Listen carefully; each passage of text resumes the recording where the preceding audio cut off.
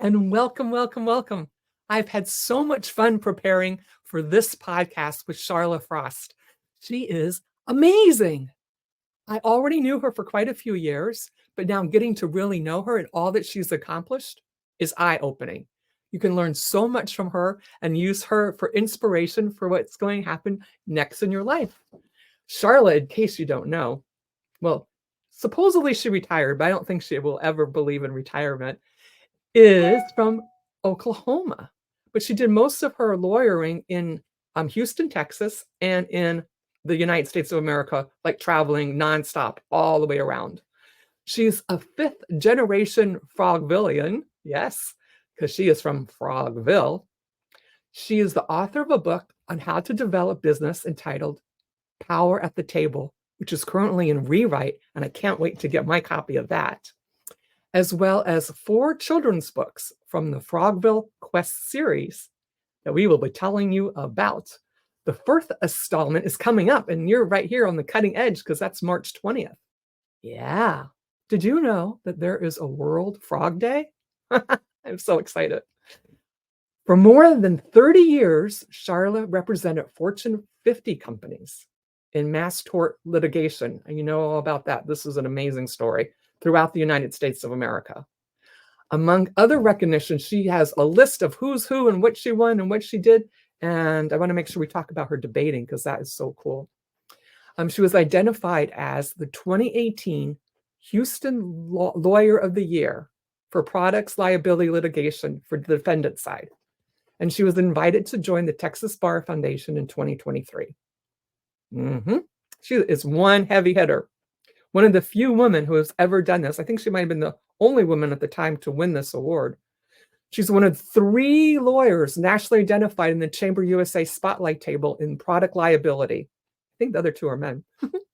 Mass torts nationwide for several years. She retired technically from lawyering at 2020, but she's such a powerhouse that people are reaching out for her for speaking engagements, advice, wanting her to read stuff to make sure that it's up to par, just trying to soak up all of that knowledge that she has from 30 plus years working in this environment. Her current legal practice focuses on high-risk settlement negotiations and litigation strategy to select clients. Yeah, very select clients. She serves as an expert witness. She writes and speaks on topics of business development and business resilience. Let's welcome to the stage, Sharla Frost. Yay! Thank you, Cynthia. Oh, you are so amazing. You are so amazing. I'm so happy that you're here. I am overwhelmed with all the things that you have done. And you primarily live, well, your house is in Houston, Texas, yes? And your That's correct. ranch, yes, she is a ranch girl, is in Frogville, Oklahoma. That's true. That's where I am today, actually. Yeah. And do you actually go out and milk the cows, or you have a whole staff? Well, it's a cattle ranch, and it's beef cattle. So we have what's called a cow-calf operation. And I grew up on cattle ranch. That my parents and grandparents, apparently it runs in the family. So that's what I've done virtually all of my life. Not while I was practicing law, but all the rest of the time. And that's why she's so young and invigorating, out in the country, getting that fresh country air. And your family's all close when you're in Oklahoma, living up in a generational place. Yep. Getting all the wisdom from, I think you said, your aunt and uncle and your grandparents and your cousins. I have a fulsome family. So yes, I'm lucky. There are lots of people in the neighborhood. It is amazing. Is that your dream place? Is that your favorite place? Like that's where you want to stay forever? It is probably my restful place. I am sort of an itinerant, so practicing law everywhere suited me well, and being in one place doesn't really suit me all that well. So I like bouncing around, but home base is definitely here at the ranch. And I know you like Paris, as in Paris, Texas. Well, I was born in Paris, Texas. So I like to tell people, je suis né à Paris. because I was born in Paris.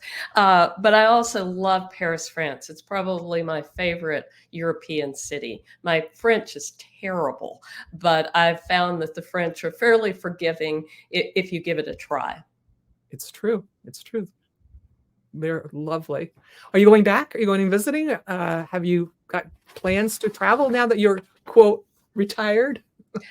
Well, I call it retoolement. I have refashioned myself, but yes, Paris is definitely on the list. Skip is my significant other. We were planning to go to Germany in June because he is going to speak to a German conference on aviation because he's a pilot and he does flight instructing, but that has gotten bounced to the fall. So instead, we're going in June to Las Vegas so I can learn more about how to do speaking.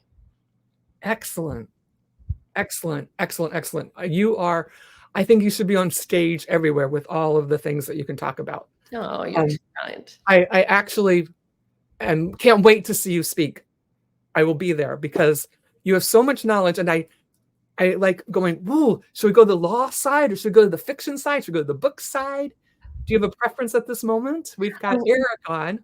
I really don't. I tell people I have adult ADD. I have lots of things going on at any one time. So any one of them you want to talk about is great. Well, since I mentioned Frog Day on the 20th, since you told me about it, I did bring my little friend. That's terrific. You have your princess and your queen. Yes. So here's a little frog jumping ready for Frog Day. We'll just jump into books for a minute because she has the 4 books. Actually, that would be 5 books now. Right. Yeah. So your first book, maybe Eric will put it up there, is Power at the Table. This is the one that I'm waiting for the rewrite on. But this is a pencil and paper, get down, figure out who you are, and why don't you tell us about the new one coming up and what you're doing? Yeah. Well, Power at the Table was sort of the start of this whole process. And I had done a lot of business development training for the lawyers who worked for me and for colleagues around the country for a long time, because law firms expect lawyers to develop business, except they don't train you to do that. And law school doesn't train you to do that. So it was a lot of trial and error on my part. So I decided I'd write the book I wished I'd had when I got started. And after I wrote that book, the publisher I was working with at the time sat me down and said, "What did you think about the process?" I said, "Yeah, I kind of enjoyed it. I was an English major and I was the editor of the college newspaper. I liked to write. So writing seemed fun, but I didn't really have anything else that was just driving me in the way that the Power at the Table book had." And it was during COVID, and he said, "Great news for you. The only thing that's selling is children's books. Have you ever thought about writing a children's book?" And I said, "Well, no, I don't have children. Why would I write a children's book?" And he said, "Do you want to sell a book?" And I said, "Well, if I write one, I'd kind of like to." So we wrote the first children's book. And that was fun. So we weren't quite finished with the story. So we wrote the second one. And then I wasn't finished with the story. So we did the third one. And I've just finished, put the finishing touches on the fourth one. And it is a combination of Norse mythology and the Wizard of Oz, because Wizard of Oz is now out of copyright. So I can use it as inspiration. But that's been fun too. And if you look closely at the books, you'll notice they all come from a different literary standpoint. The first one's truly a fairy tale. The second one, which you're holding up, is a bit of the Arabian Nights. The third one is Irish fairy tales. And then this fourth one is Norse mythology. And it gave me the opportunity to do a bunch of research because I go back and reread things, since I haven't read some of those things in a really long time. But it's been fun. And on the fourth one, I used AI to do the illustrations. I never could find an illustrator. And my publisher and I looked for an illustrator. We wanted something very similar to what you're holding up. And that person was no longer available. So AI to the rescue. Wow. This is going to be exciting. I can't wait to see that. So who do you credit when you do that? The ones you're holding up were done by a specific illustrator, and that's reflected on the front of the book. For Mhm. the AI ones, you have license to use those commercially if you create them. And we created them and then refined them in Photoshop. So it was really sort of a two-stage process. And when I say we, I mean Ken Walls, because I can't use Photoshop. I've had it for years and it's growing dust on the side of this thing. I love this one. Yeah. You like my frog girl? Yes, I do. Yeah. And Lily becomes more human like through the course of the stories, because one of the learning lessons that I'm trying to impart, and for those of you who haven't read the books, my protagonist is Lily Pad Lotus Dillweed, known as Lily. And when she was 13, she turned into a frog because of a curse on Frogville where she lives. And she's going on a series of quests, first to lift the curse on herself, and then to save her friend, and then to help with some other things. But it's important that girls understand that being 13 is really terrible, whether you turn into a frog or not. And part of the concept is to explore some of those uh, ways that we develop over time, and what it's like to evolve from your 13-year-old self to your 14 or 15-year-old self. And friendships. Friendships, yes. Her best friend Cassie gets turned into a stone at the end of the first one, and she is on a quest to get magic water to release her in the second and third ones. And in the fourth one, they're on their way back to Frogville, but they've gotten lost. Ooh. Yeah. Ooh. And that's the one that's coming out on the 20th? Correct. I'll have to get that one too. Yeah. I think you'll like it. It's fun. I enjoy these immensely, as a matter of fact. I was like, oh, these are so fabulous. And I already have a couple of ideas for you that will all tie together. So here you are now, kind of almost in childhood, helping people and children figure it all out, because now we've got bullying and the internet and all these things, and they've lost a lot of the magic. But you have a heroine who's a female. You have friendship and love being just as important without needing necessarily a partner. You can get friendship of all different kinds. I love that concept. Do you want to speak about that a little bit? Because that is so needed in our world right now. Well, one of the things that I really wanted to do with these books, after I sat down and thought about, if I'm going to write a children's book, what would I write it about? I wanted a female protagonist, because most fairy tales, the female is either the victim or the bad girl. Or maybe a sidekick, but rarely really the primary character. And Lily is our primary character, and she is a nice kid. She is a traditional kid. Things like family are important to her, friendship is important, and she learns that love can be friendship.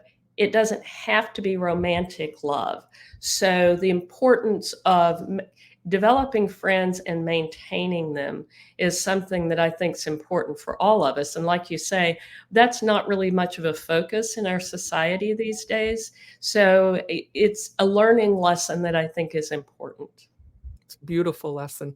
And the quest, having a goal that you are both going for, or a purpose, a mindset that you want to achieve, and going on it together, and the obstacles that you go over, is such a beautiful concept.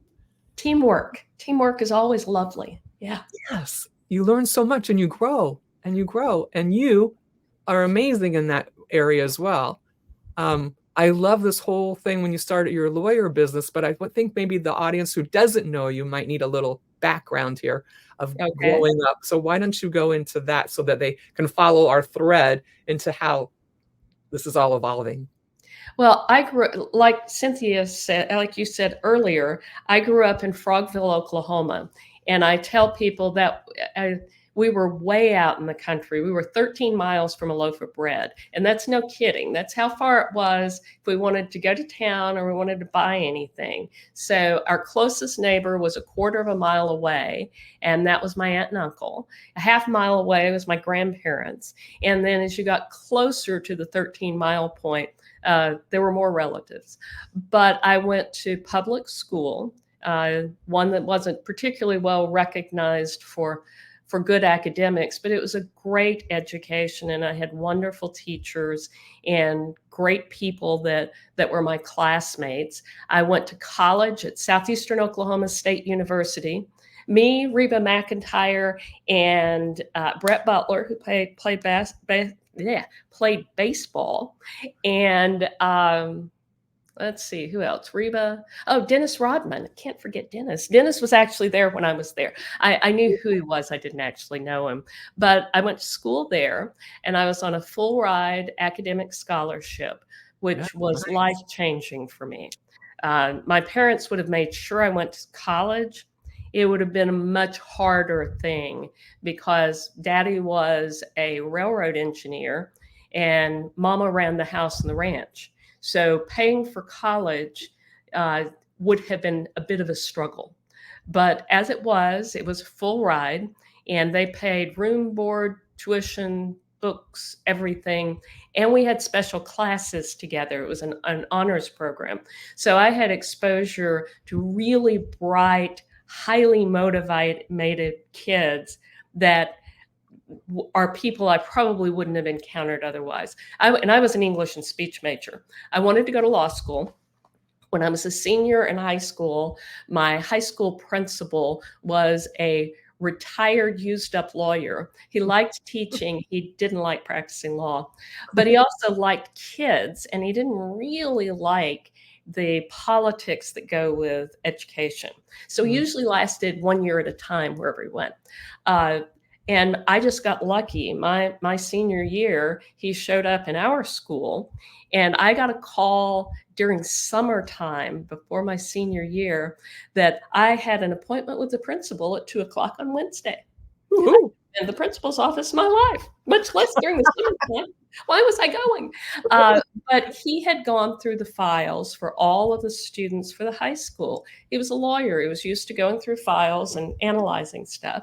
Nice. And he met with all of the students. And he asked me what I was going to do. Was I planning to go to college? And I said, yes, I'm planning to go to college. Well, what are you going to do? I'm going to be a secretary. And he said, you're going to have a secretary. You're not going to be a secretary. I love this guy. He was terrific. And he taught a law class at the end of the day during the school day. And he said, great news. I've signed you up for my law class. It's like, I don't know that I want to take a law class. No worries. You're signed up. So the end of the first semester, he sat me down and said, look, you do good enough work. You could make an A in law school. What do you plan to do? And I said, I thought we had this discussion. I'm going to be a secretary. But he was familiar with this academic scholarship, and no one at the school other than him was. So he insisted that I sign up, and it was highly competitive. They awarded 16 per year, and they had lots and lots of great kids who applied. And I was very fortunate to get it.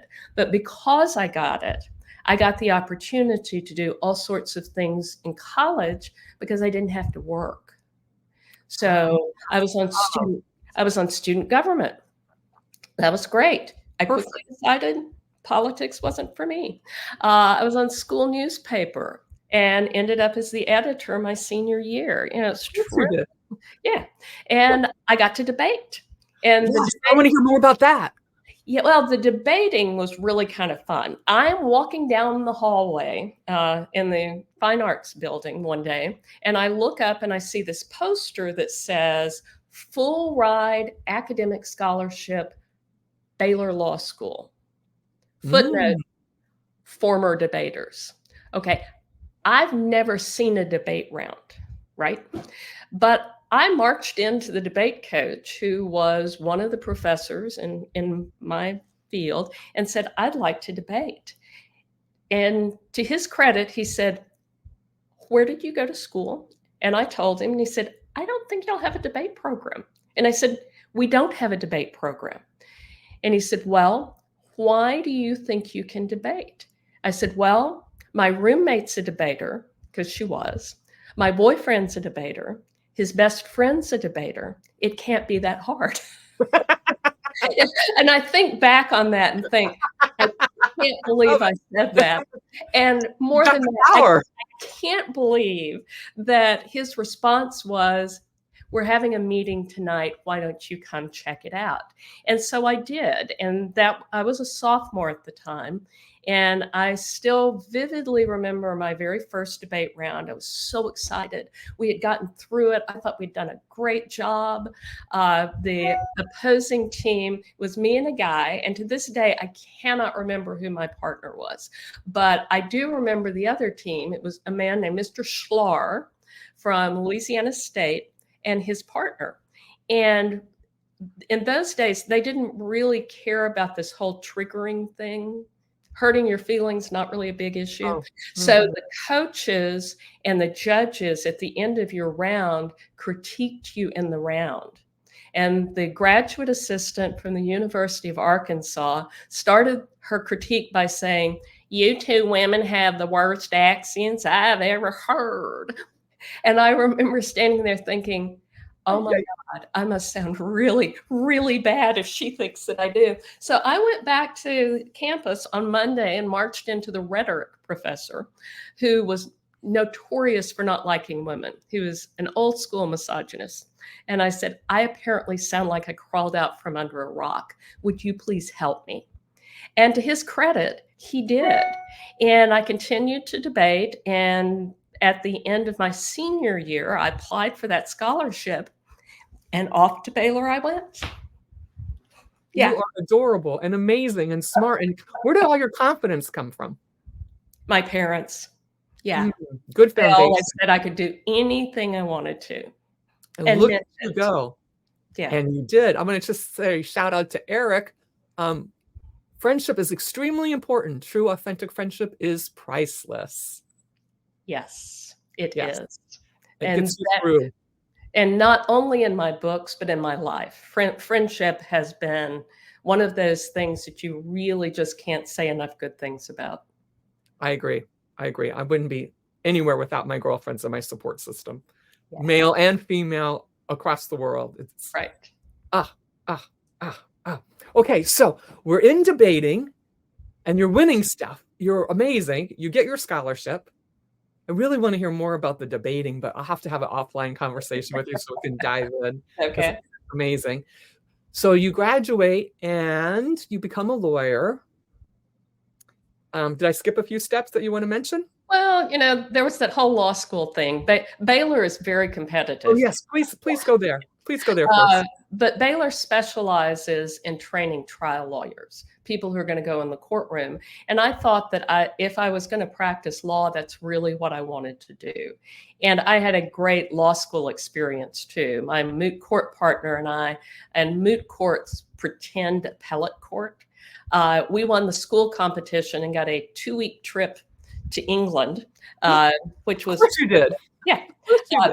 Now, the good news is we didn't kill each other on the trip. We were moot court partners. We were not dating or anything. I learned very quickly that if you're going to go on a 2-week European trip with someone, they really ought to be family or romantic. I mean, one or the other. But the good news is we didn't kill each other, which apparently there was a betting pool, as it turned out. But law school was great. And I was fortunate I did well in law school. And I ended up going to work for Fulbright and Jaworski in Houston, which at the time was one of the 3 biggest law firms in Houston, really among the largest law firms in the country.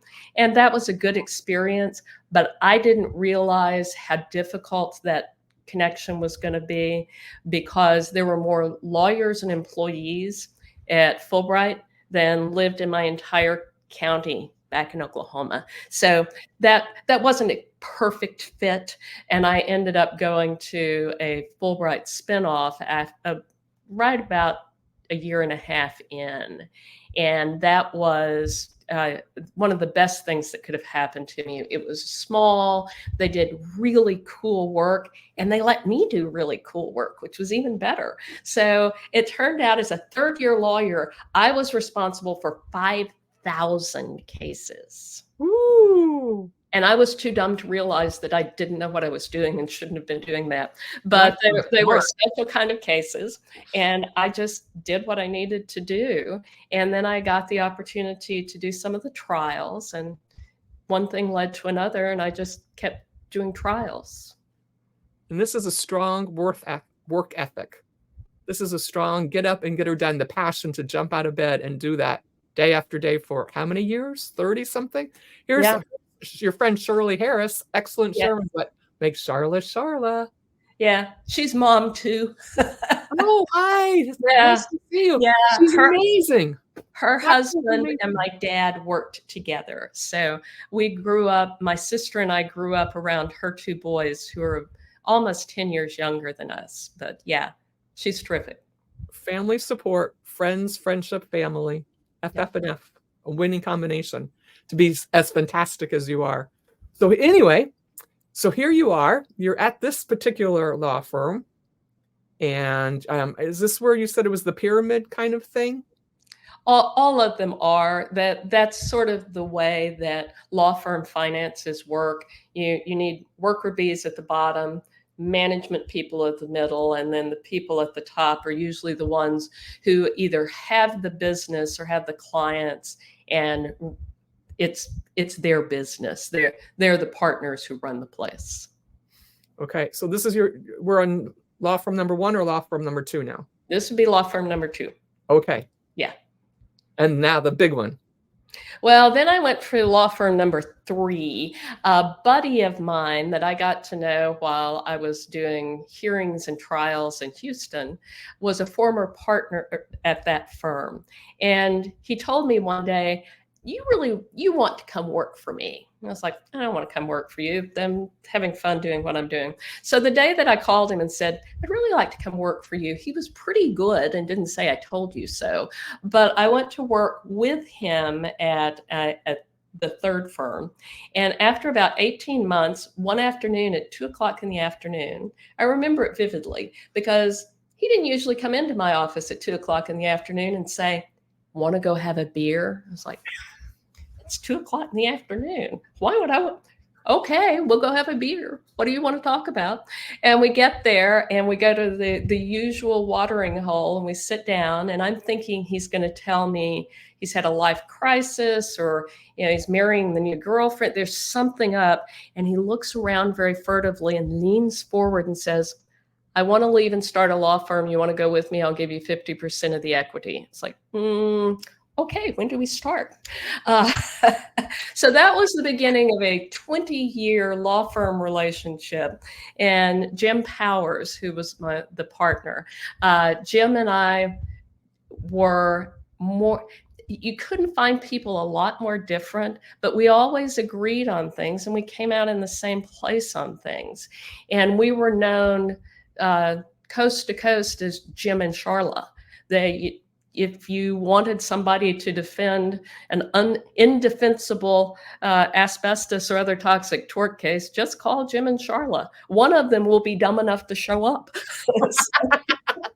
Or smart enough, or bright enough. Yeah, so it was great, and we had wonderful clients and got fabulous opportunities. So that was one of the best 2:00 afternoon beers I've ever had in my life. Eye-opening, amazing. And this led to?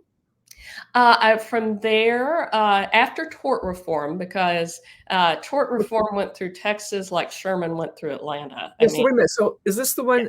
Did you open another law firm with your sister, or is this the one that she joined? My sister was at Powers and Frost. So. Okay. So this is where she is. Okay, so go into that a little bit before we jump forward. Okay. Well, my sister actually worked there before I did. She was already working for Powers when he convinced me to leave the second law firm and come work with him. And then when we left to start Powers and Frost, she came with us. She was one of the lawyers and the work team who came with us. And she was our partner throughout the process. and then went with me and the rest of the crew when tort reform shut us down and we needed to find a new place to go. So went from having almost 50 lawyers before tort reform to we were down to 8. And I did a pitch for some work with a company that I had done work for before, and we should have gotten it. It was work that we were eminently suited for, and I would have been the trial lawyer, and it was a trial that I would have been able to win, but we didn't get the work. And I knew the guy well enough. I called him afterwards and said, okay, didn't hire me. Did I spit on someone in the interview? Is there something I need to know? And he said, well, the problem is your firm is now too small. And for the kinds of risk that we're talking about, I have board of directors that I have to answer to, and I just can't hire you. You need bigger. And I said, well, if it's truly an issue of size, I can control for size.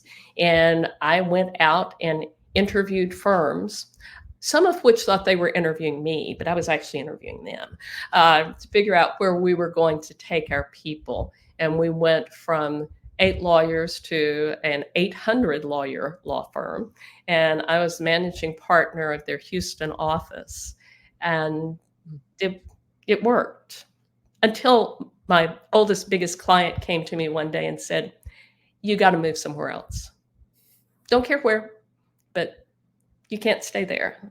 So I went and looked for another firm and made that change. And that's where I was when I reached the point that I was ready to retire. I had done as many trials as I wanted to do, and I was never going to be a judge, not what I want to do. There are only so many cases you can defend and so many verdicts you can get. And I was just done. I was just ready to do something different. So I retired. I'm going to write a book. I'm going to be a coach. I'm going to do all kinds of stuff. And COVID hit. So what do you do? And for me, that was you finish up the first book and then you write children's books. You have lots of joy and you bring joy to others. But let's fill in about your sister.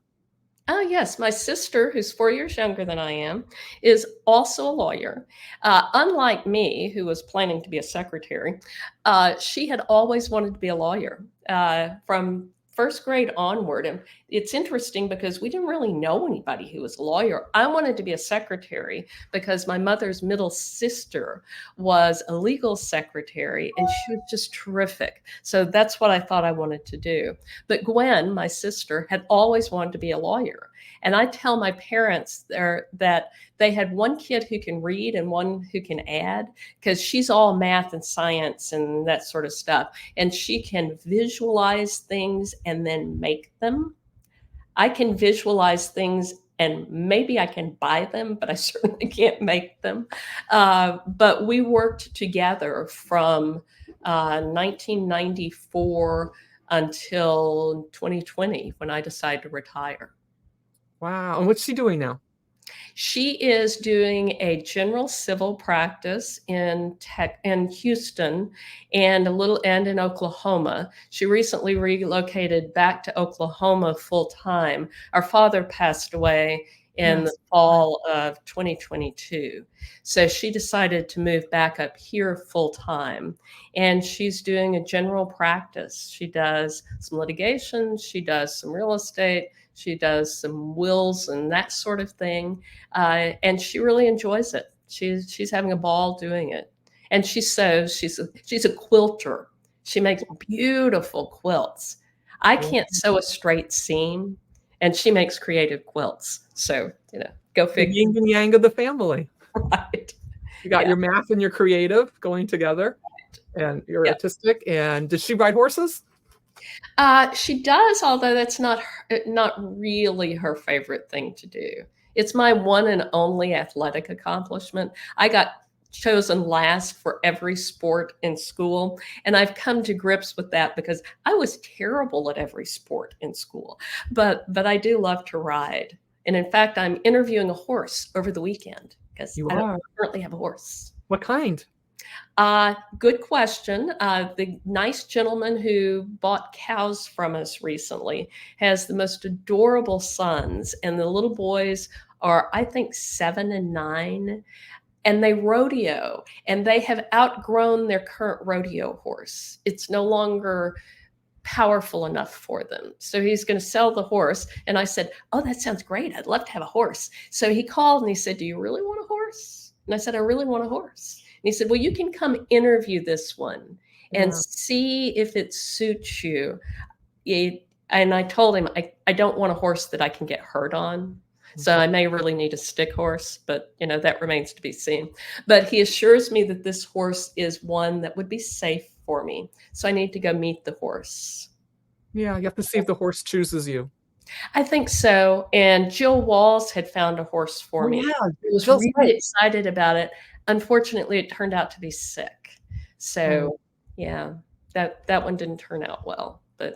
But this one is apparently a younger horse, and it's used to dealing with small children. So I'm at least infantile enough. Maybe it will like me. We'll see. yeah, that's exciting. That'll be fun. Yeah, it will. Ah. So now, let's hit on how hard that you worked and what you did and how you were never home because you were always on the road. And Gwen is the other. Oh, this must be your sister's Gwen. It is. The other side is Charlotte. Bright, sharp, motivated, great pair. Well, I would also use those same adjectives, Shirley, for Sharla. Bright, sharp, motivated, resilient, um, enchanting, amazing, keeps going, never stops, probably will never stop working, and loves it. Yeah. Loves it. And so you traveled, what, 30 years you were living in hotels? Pretty much. That was so Probably the first 10 years of my practice was local. More of it was Houston or South Texas area. But from that point onward, I was doing trial work and doing it all around the country. And as a result of that, I was on the road all the time. I had several years where I traveled 300 nights a year. I was always gone. And that was one of the reasons I was ready to give that up. There are only so many hotels you can stay in and so many bad room service meals you can have when it just becomes time. But for the kind of cases that I handled, particularly after tort reform in Texas, those cases were not local cases. And I was fortunate that I had clients who were willing to let me go to foreign jurisdictions, as we call it. So I tried a lot of cases in New York City. I tried cases in Los Angeles. I went to trial in rural Mississippi. Uh, I went to trial in Atlanta. I tried cases literally all over the country and had a great experience doing it. I litigated both with and against some really amazing people.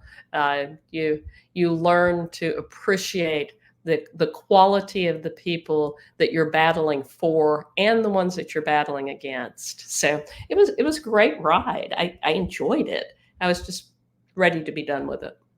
but it's laying the groundwork for your speaking going forward because there you were and you had an audience of 100 people you didn't know picking out your new best friend. And tell us about that jury selection. How did you figure out how to do that? That seems like the ones up in where were you, Vermont? Where were you? You were in I the was East Coast. I did some in Connecticut. Connecticut. The Baylor trial program, which is mandatory for all of its law students, included a component on jury selection. And that, frankly, was always my favorite part of the trial. 100 people I don't know yet. So an opportunity to talk to people. But if you have good people skills, you can deduce a lot from people by asking them questions and seeing how they respond to you, not just to what it is that they say verbally. And then in addition to that, I had clients who hired amazing jury consultants, PhDs in psychology and anthropology and all of the ologies. And they worked with us as lawyers to help us refine what we were doing in the courtroom. And they would help us with everything from questions to profiles. There's a lot of demographic information that's available academically about what's persuasive to people and what is not. And so you learn what it is you're looking for in order to get an unbiased jury, because I was always a defendant. I'm never going to get a jury that's really for my corporate client. That's not really how things work. But what I need is someone who's willing to give us a fair chance and listen to what we have to say and evaluate the evidence. That's the way the process is supposed to work. So that was just an amazing process, and it's different in every state. Really? Amazingly different in every state. In Texas, you get this 100-people panel all at the same time, and you're asking them questions, and you go down the row one after another until you run out of time. And a lot of judges, I think, unfairly limit the time because jury selection is so important. Contrast that with, say, Connecticut, where you are entitled to individually question everyone on the jury panel for as long as it takes for all of the parties to agree whether they are keeping that person on the panel or not. And then there are states that use what they call the six-pack method. You take that 100-person panel, you pull 6 people out, and put them in the jury box, and you question those. And if you take someone off of the panel, then you replace them with someone from the audience, and you start asking them questions. It's a fascinating subset of practicing law, but lots of lawyers don't like it. It's not efficient, but it's so important. Yes, it makes or breaks the case. It Dun, does. dun, dun. Yeah, it really does. Ooh, and this is giving you unbelievable grounding for whatever platform that you're on, from 500 to 5,000 to 50,000 and more when you go and speak. Yeah. Because you've already got a command of the audience and you can read the audience, right? So you'll pick out your best friend there to speak to and then feel the other ones, whether they're with you or not, and mold your talk, how it goes. And now look at all the things you can speak on. So how do you decide? Do you tell you body language? You said you ask them if they like you or not, if they'd be a good person to be on your. Well, you're asking if they can be fair and impartial, because that's really the criteria. And that's the technical answer. The real answer is it's sort of like speed dating. Do they like you? That one doesn't like you. I remember picking a jury in Fort Worth, Texas, not long before Christmas, almost 20 years ago. And I always remember my jury panel. So I remember where this guy sat. And I've been asking questions, and it is clear this guy doesn't like me. He just doesn't like me. Don't know why, don't really care, doesn't really matter, but he doesn't like me. So I'm trying to figure out how I can do the question that elicits him saying that so I can get him off the panel. And so I asked a question that I often used in jury selection, which was, okay, we're going to be together for 2 weeks or 3 or 4. However, depending on the trial. And you've been really great about answering questions about my client and what you think about it. And I want to ask this one follow-up question, because it's so important to my client that they get people who are fair and impartial. Sometimes jurors will say, there's not anything I don't like about your client, but I really don't like you. You remind me of that girl I sat next to in 6th grade. Didn't like her, don't like you. And that will hurt my feelings a little bit, but it's okay. So is there anyone on the panel who feels that way? And I can see this guy sitting there trying to figure out what he's going to say. And he raises his hand. And I said, yes, Mr. Smith. I don't remember his name. What? Would you like to share something with me? And he said, yeah, actually, what if it isn't that I don't like you, but I just don't like lawyers? And I said, that's lovely. I really appreciate you sharing that with me. And the plaintiff's lawyer struck him for cause. Now, the plaintiff's lawyer was asleep at the switch because he liked the plaintiff's lawyer just fine. He just really didn't like me. but he was gone. Gone was fine. But you can tell if you have any sense of how people react to you and react to others, you can tell from body language a lot of things. Now, you can't always tell. I picked juries with a great friend of mine, wonderful lawyer out of Corpus Christi named Mike Terry. And Mike and I, again, couldn't have been more different. He looks like Charlton Heston. He has this big, deep voice. He's Mr. Male, and he's just lovely. And we discovered after picking 3 or 4 juries together, there was a certain type of juror that just didn't like either one of us. It was consistent from panel to panel. Why? Didn't really matter again. Those people didn't like us. So by the time we picked like the 5th jury, it's like, that one's got to go. You could tell on the front end. But jury selection is both art and science. I once interviewed a guy, Renee Dominique, who is a body language person. He has a whole book out. Yeah. And you probably have a good handle on body language as well. You learn a lot about it. If you're paying attention to it, but there's not anything really different about that in a courtroom setting than just a human setting. We meet people that we bond with. We meet people that we don't bond with, and learning to recognize those, but not consider it to be judgmental because they don't actually know you. It's not personal in that sense. And as long as you can divorce yourself from having your feelings hurt by the fact that these random strangers that are never going to see you again didn't fall in love with you immediately, it's okay. Yeah, that's a good thing to get rid of for your life anyway. Right. If exactly. you wouldn't take their advice, why would you listen to their opinion? That is true. Eric says something good. He said, look at this one. One of the coolest experiences I had as a young adult being picked for a juror where the crooked lawyer was the defendant. Mm-hmm. We'll have to talk to him about that later. Exactly. Oh my goodness. So you were an amazing lawyer. You won more than you lost for sure. And that award you got in 2018. That was really cool because that's voted on by your peers. I had no idea. I get this thing in the mail that says, "Congratulations, people like you." Yeah, I felt like Sally Fields. They like me. They really, really like me. But I made a point during my professional career of treating people professionally, whether they really deserved it or not. And I considered my adversaries to be adversaries. They are not my enemies. And I worked really hard to do things the right way. One of my frequent plaintiffs' adversaries told me once that he thought I did a better job of picking my fights than anybody else he knew. So I didn't fight about the stuff that didn't matter. Didn't help my client, didn't help me.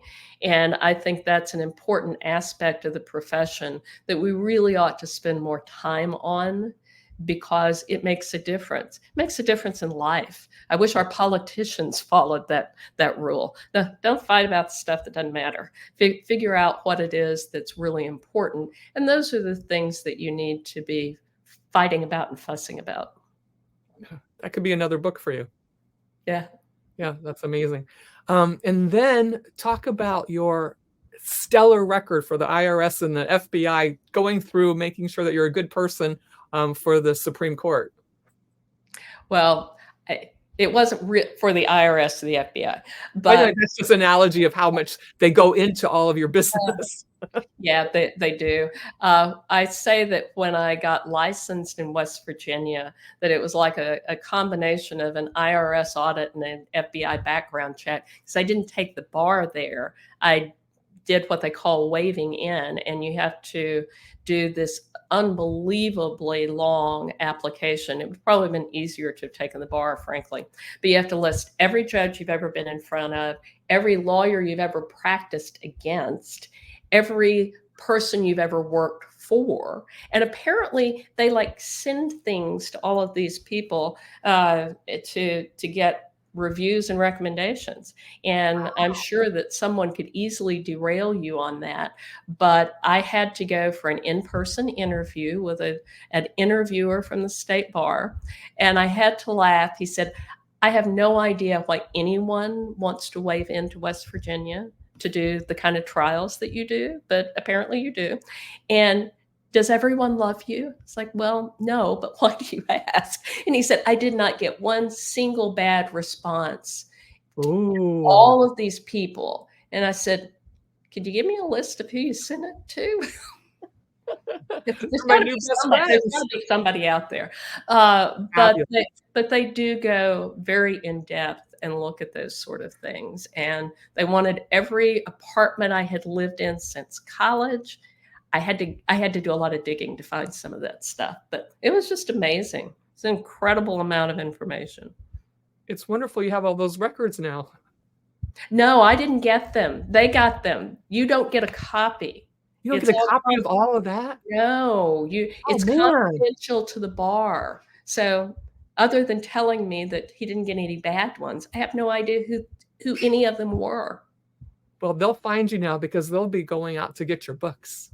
Yeah. For their grandchildren and their children and their children's children. Mm-hmm. Actually, some of my best purchasers to date have been some of the plaintiffs' lawyers that called and told me, I bought your books. I love that. Cool. It's not going to matter, but it's cool. I appreciate it. It's very cool. Yeah. And your little bracelets, your little lily bracelets. Yeah. I have bracelets. I don't know what I've done with my bracelet, but there's a great company called Wristband Brothers. And I do not own anything Wristband Brothers investments, but they do these great little arm bracelets. And I have Frogville Quest bracelets that say follow Lily, Frogville Quest. And on the inside, they have the link to the frogvillequest.com. And I've been giving them out to people. They work great for advertisements. And her books are available on Amazon. Eric, I don't know if you want to put up her website and where she can get the other books. There she is, very easy, sharlafrost.com. You can't miss it. And, Amazon delivered this to me like last week, and I was like, I should have ordered it before, and I turned around and it was there. I was like, this is amazing. Of course, one of yours is like a longer delivery date. So I listened to it on Audible. Audible is wonderful. Audible is wonderful. And do you have a photographic memory? No. I have a pretty good, I call it contextual memory. I remember in general how things work, but I would have killed for a photographic memory. That would have made my life a lot easier. Yes, for everyone. So you are a very healthy person. You've been living through those hotels for 30 years, and you still manage to have that country glowing skin. And I know you don't like to work out, and you're going to get this new horse, but what else do you do? What's your secret to youth? Clean living. Clean living. Yeah. No, it's all good genetics. There's nothing else to it. I've always thought that exercise was fairly bad for your health. Beyond that, I try to eat well. I try to sleep well, but my bad habits are minimal, and I've just been fortunate. Yes, because you're absolutely amazing. And before we close, your favorite restaurant? I know you're a foodie. What do you like? Are you into beef and steak? Or are you into seafood? Or French? Italian. I love good Italian food. During the pandemic, my very favorite restaurant in the country closed. A restaurant by the name of Griffone's on 46th and 2nd in New York. But it has been revived as Il Tonello. Il Tonello East, I think is the name of it. And wonderful manager, a guy named Benny. But that's probably my favorite restaurant in the entire country, next to the Fort Townsend Depot Steakhouse, which is the local steakhouse location closest where the ranch is located. And Chef Judy and manager Kathy do just an amazing job of bringing really nice cuisine to kind of a place that doesn't have a whole lot of cuisine. There aren't a lot of restaurants in the southeastern part of Oklahoma because it's a poor area and there's not a lot of industry. So they have one of the few white tablecloth restaurants in this part of the country. And Skip and I spend a lot of time there when we're here in Oklahoma. Sounds lovely, lovely, lovely, lovely, lovely, lovely. We have a new Italian restaurant that just opened in my area. So if you're in the Washington, D.C. area, we'll have to come. Their sister restaurant is in Florence. Ooh, I haven't tried it yet. They just opened and I'm like so excited, but I had to wait. I waited for kind of a special occasion. I don't want to just, go. Yeah, I tell people in my next life I'm going to be one of those fat old Italian women because I love Italian food. How can you do better than red wine, fresh pasta, and wonderful desserts? Yeah. So you'll be doing a podcast for the opening of your new book, Quest of the Sword? I am going to do a podcast. I'm actually planning to do a podcast based on the business book. It will be the Power at the Table podcast. And I have everything put together, including a list of people to interview. And I have been so busy this first quarter. I testified in a trial, so I do some expert witness work. I've done some very intense settlement negotiations. It's just been one thing after another. So sometime before the middle of the year, Power at the Table, the podcast. I look forward to it. Yeah. But Quest of a Sword we'll be talking about. What day or time do you have, or you haven't booked it yet? Haven't booked it yet.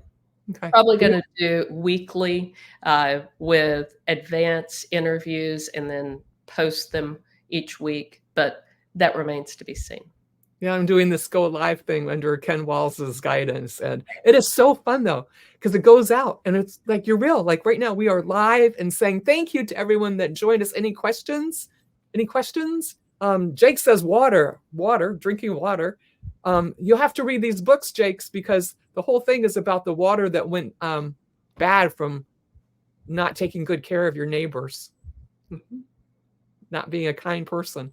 In closing, do you have some words, some quotes that you like to live by? I have one.